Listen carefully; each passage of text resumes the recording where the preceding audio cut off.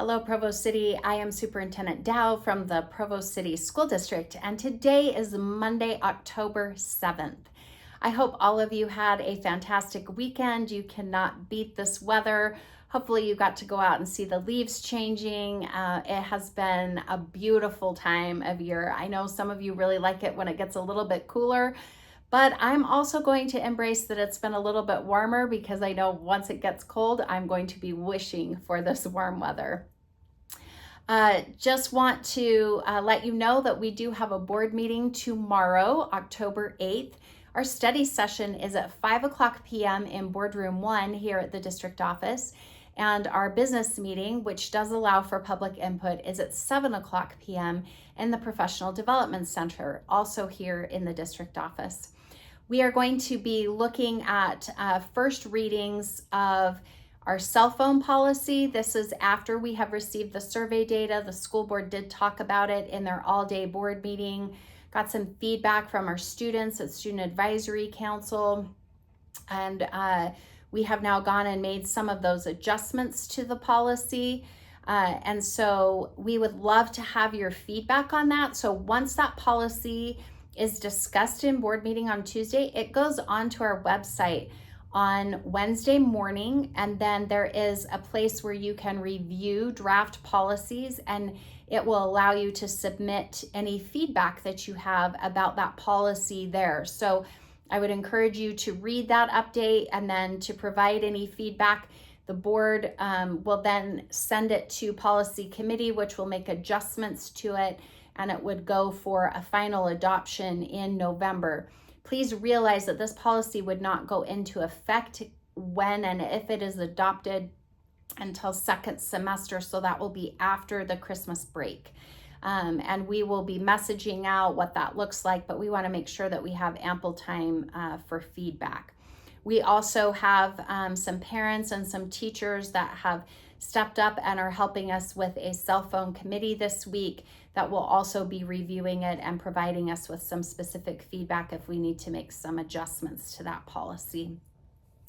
We also have policies that guide our curriculum adoption, that guide library materials, and a few months ago we adopted a sensitive materials policy that was updated based on state legislation that was passed.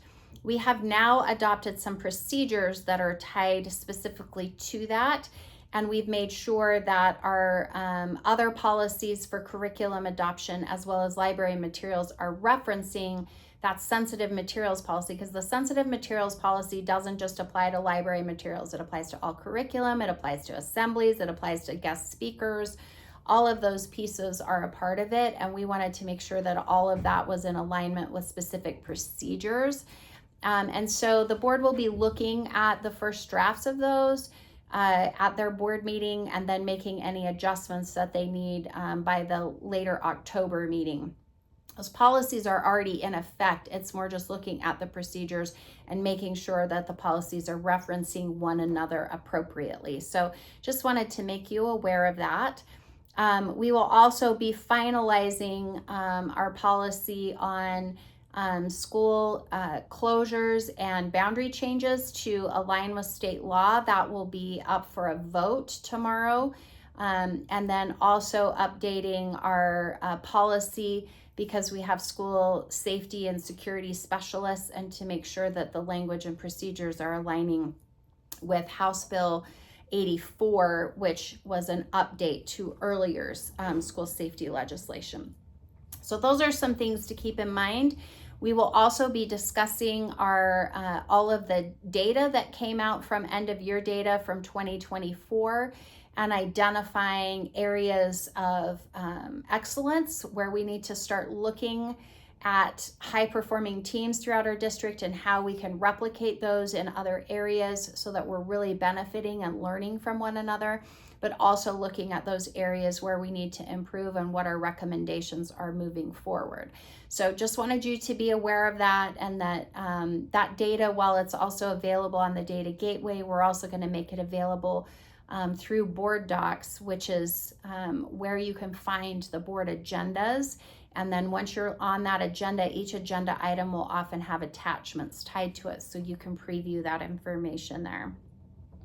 We did adopt our strategic plan finally. This is available on our website. We are going to be pushing this out to all of our teachers on October 22nd on the Professional Development Day.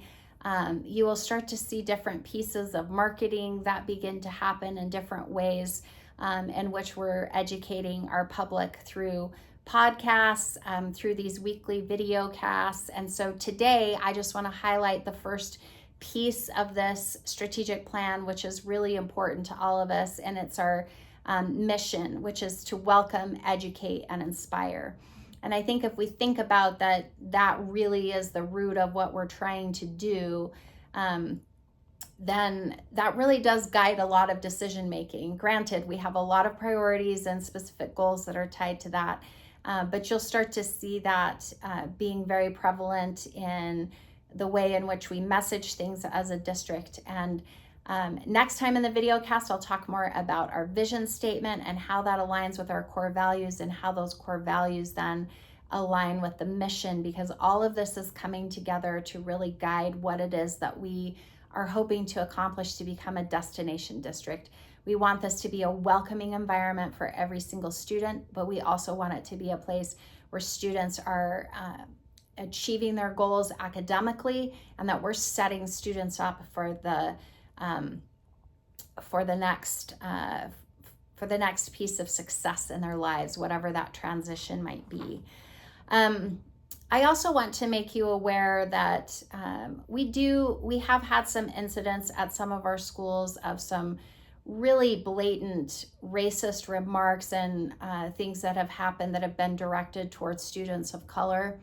I want you to know that this is unacceptable when this happens, that we have specific policies and procedures that are in place to handle that. And our goal is to educate students about why that is problematic.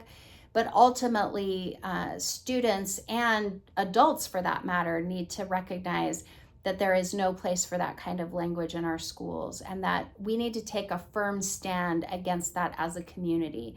We need to take a firm stand that we welcome every single student, that we do not tolerate bullying, we do not tolerate discrimination, and that while we want to help students when they have made bad choices, to understand the impact of those decisions and move them in the right direction, we also need them to know that if that behavior doesn't get corrected, that those students may lose the opportunity to attend a traditional school setting, because we have to ensure that all students are safe here in Provo City School District.